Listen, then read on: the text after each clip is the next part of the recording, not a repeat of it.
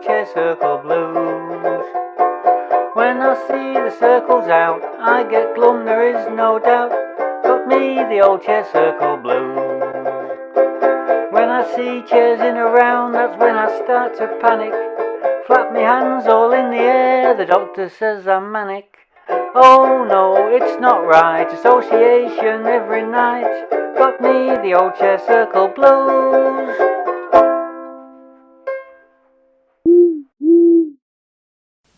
Content. Need content.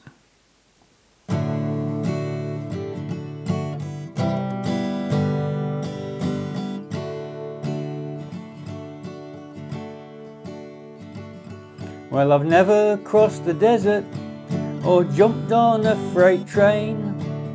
I never packed my bags and hit the road again. I've never been a gambler and watched my luck run out. So what the bloody hell am I supposed to sing about? I'm not a working class philosopher, my thoughts never run deep. With all the troubles in the world, I don't lose any sleep. I never wake in dead of night, filled with existential doubt. So what the bloody hell am I supposed to sing about? Well, I've got the battered guitar and the pair of faded jeans, but no one ever caught the highway headed down for Milton Keynes. Well, I've never torn the town up, well drugged up to the eyes. I gave up drinking years ago, my only crisis is midlife. I've never done a single thing to make my life stand out. So what the bloody hell am I supposed to sing about? I said, what the bloody hell am I supposed to sing about? Hello and welcome to Not the Chair Circle, the antidote to group therapy. Episode 2, Series 5. Well viewers, diving straight in, we have a most egregious situation here at the NTCC buildings. Regular viewers be aware that shocking events occurred last week during the filming of the Gobshite special on mortality in Studio 6. The show broke down after the mighty algorithm made an unprecedented appearance before a live studio audience. Although chaos ensued, the cameras kept rolling throughout. Here is the scene shortly afterwards.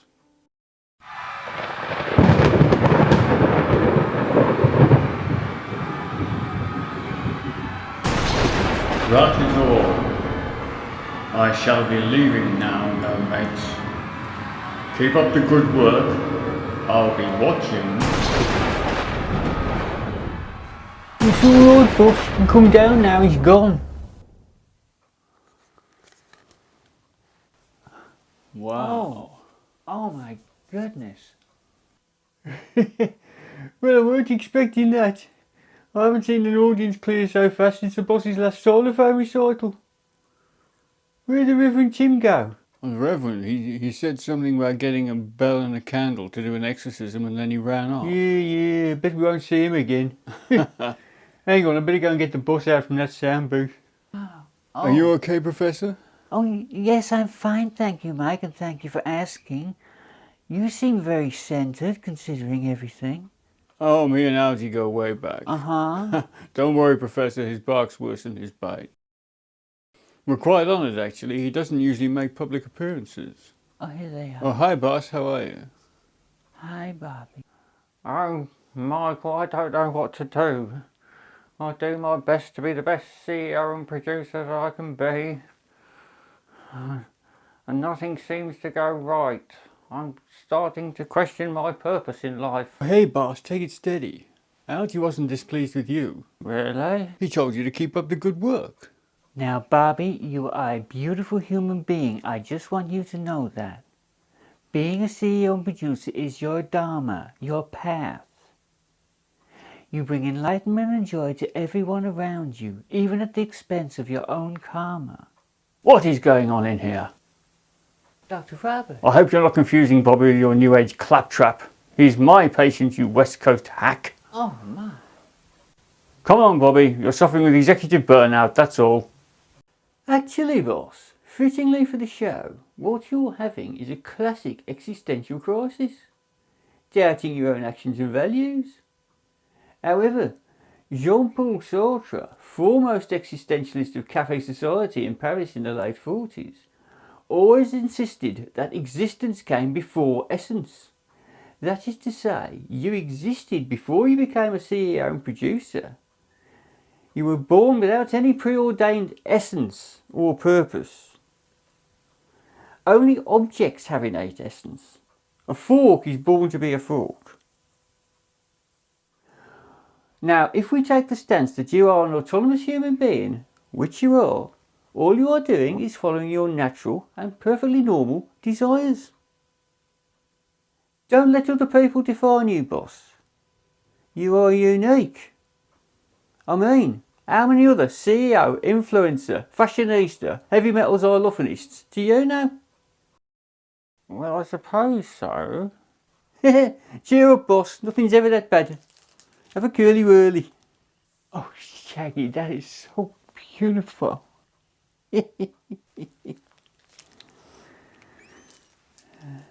Now, personally, I tend to follow the thinking of Albert Camus. He broke away from existentialism to form the absurdist school of thought, although he later claimed to dislike that title. He expounded the view that there was no point to any events that occurred in the universe, and that one should simply do whatever one was inclined to do. In fact, one should do whatever it was that prevented one from wanting to jump off a cliff. Right, viewers?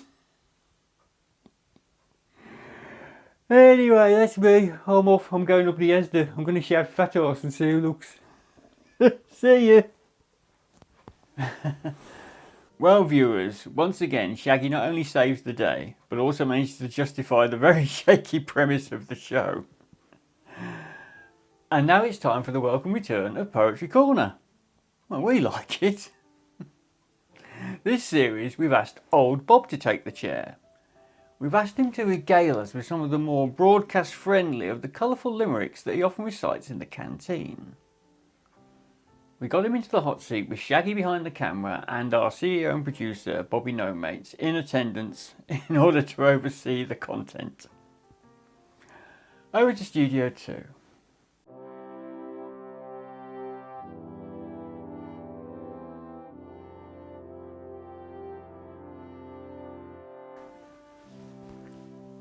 Right, so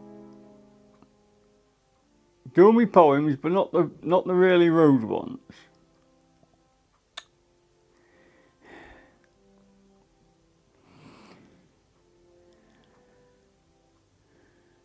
At 90, my great uncle Fred took a tasty young shop girl to bed.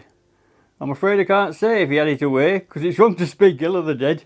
That was in very poor taste. What do you mean in poor taste? You should have heard the proper words. It weren't shop girl. Wassock.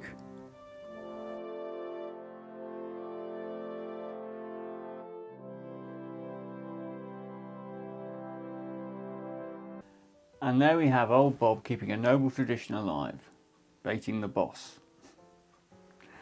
And now it's time for musical therapy. To further legitimise tonight's claim to be about the existential cadre, we have a surprising contribution from the Bedlam Boogie Boys. That's right, Miss Spume, as promised, some vintage footage of the boys performing an amazingly apt song. Roll the film, Shaggy.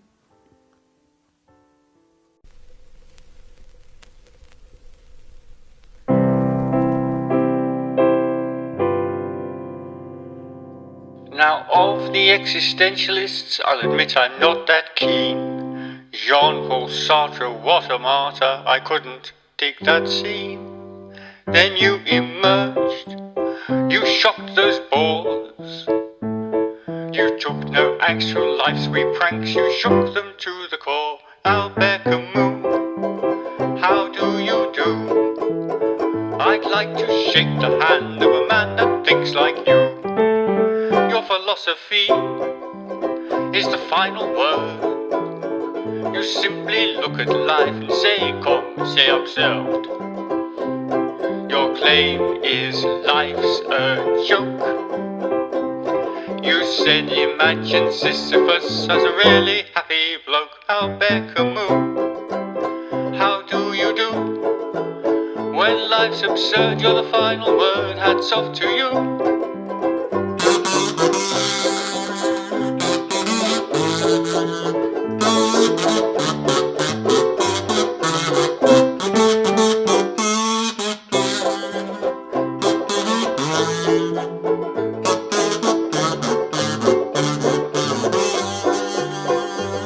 Your claim is life's a joke. You said you imagined Sisyphus as a really happy bloke. How Beckham, how do you do? When life's absurd, you're the final word. Hats off to you.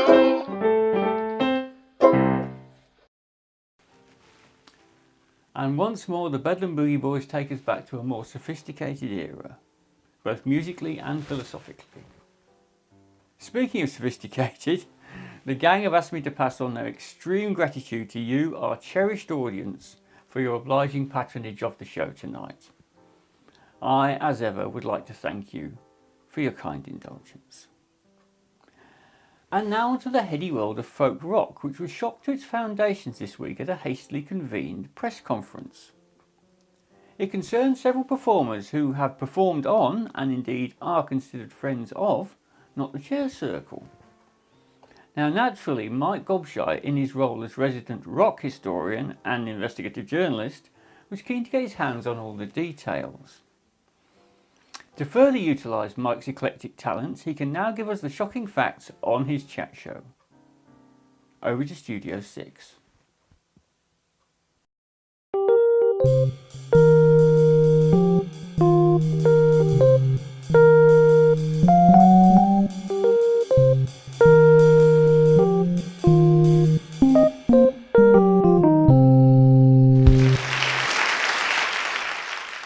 Good evening and welcome to another edition of Gobshite with me, Mike Gobshite.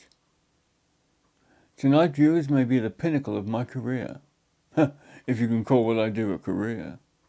Personally, I think it's a privilege and an honour just to meet the people I do in my so-called line of work. Tonight, however, we are going to witness a monumental moment in rock history.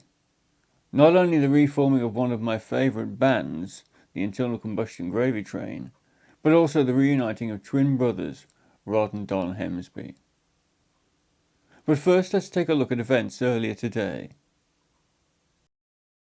The world of folk rock was shocked to the core earlier today at a hastily convened press conference. The gathering of all the foremost journalists connected to the music press had been called by Dorian Mode, lead singer with the well-known Celtic ranters, Druids Pestle.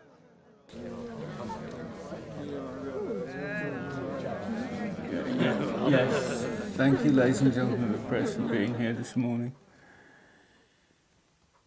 It is with regret that I announce the formal dissolution of Druids Pestle as an ongoing musical concern with immediate effect. The Og and I will cease to perform or to collaborate on any musical endeavours from here on. Anything to add? No. Thank you, ladies and gentlemen. Thank you.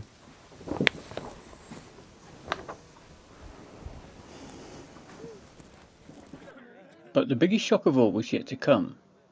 After Dorian's departure, the Og, who has never spoken in public before, asked that the amassed columnists stay to hear a further announcement. Yes, thank you, ladies and gentlemen of the press. I do in fact have a statement to make. Myself and the failed Folkie will be collaborating on a number of projects in the upcoming months, which we have been discussing at some length recently. We shall be making a formal announcement to our fans in the near future. Thank you. Do you want to come on? Yeah, come on.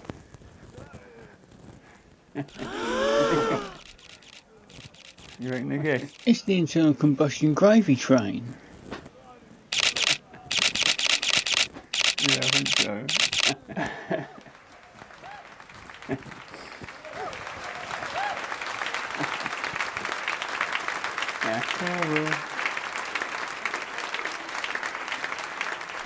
The stunned crowd left with only one thought in their collective consciousness. The internal combustion gravy train are back. And they were right, viewers. The internal combustion gravy train, originally formed by twin brothers Rod and Don Hemsby, were renowned in both folk and rock circles for their genre-breaking style. Folk to rock, electric to acoustic, multi-instrumentalists. They did it all. They split very quietly a few years ago amid mysterious circumstances. It is my enormous privilege to have them here, reunited with me tonight. Ladies and gentlemen, Rod and Don Hemsby, the internal combustion gravy train. Well, what can I say? Hi guys. Hi, Mike. Once again I find myself in the presence of two of my absolute heroes. Now, your past is a matter of rock history, but no one had any idea that you were still performing, let alone so publicly. Yeah, well, when we split up, we thought of changing names on both our parts would keep the press off our backs, while we found our solo voices. Don rightly predicted that if anyone saw one of us without the other, they wouldn't even recognise us. And when I joined Drew's Pestle, Dory and Mo seemed to think it would be a good look if I wore a hood, which also helped. And then he wanted me to be mute. I never quite understood why. Yes, your split with Dorian has shook the rock community as much as all of this. May I ask what happened? I'm sorry, Mike, but Dorian said if there's any gossip on my part, there will be severe legal repercussions. Yes, I quite understand. And how about you, Don?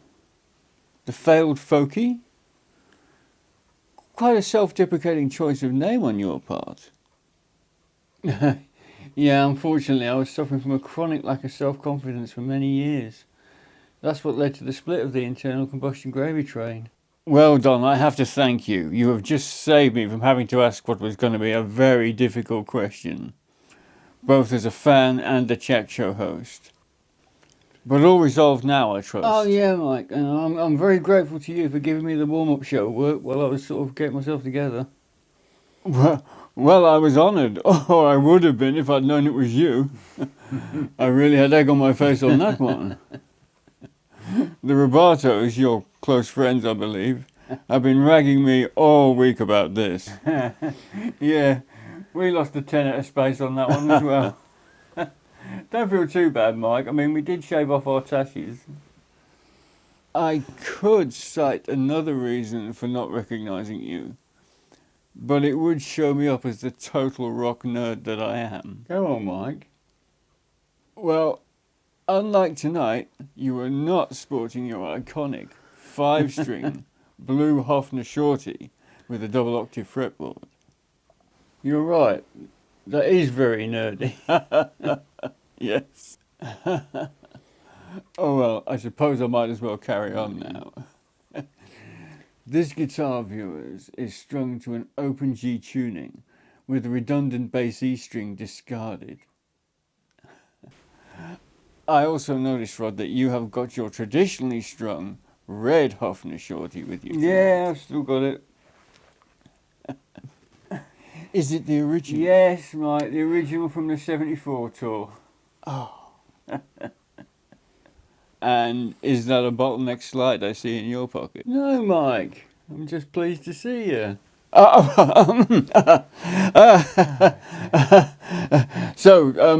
Yes. And I believe you'll both be performing for us tonight. Yes, Mike. A little number for the Gen Xers. And now, ladies and gentlemen, this is just amazing. When the Robertos heard about tonight, the back line, that is to say drum kit and Benny Alcock on bass, came over to lend a hand. So now, for the first time in a long time, the internal combustion gravy train.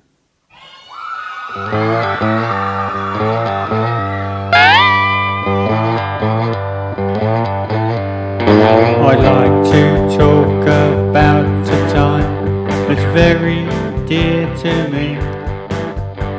It had more go in its little toe than the rest of history. It wasn't touchy-feely, we spoke just as we pleased. A hand grenade of a decade, the 1970s.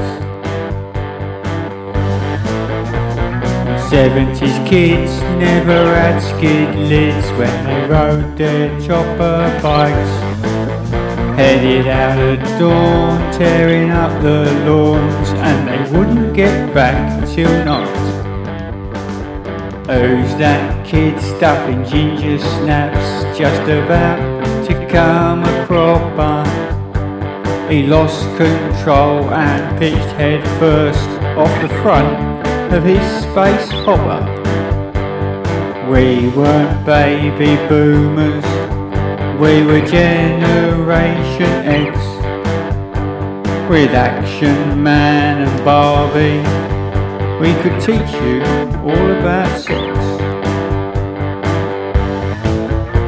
And 70s kids never had skid lids when they rode their chopper bikes. Headed out at dawn, tearing up the lawns, and they wouldn't get back till night.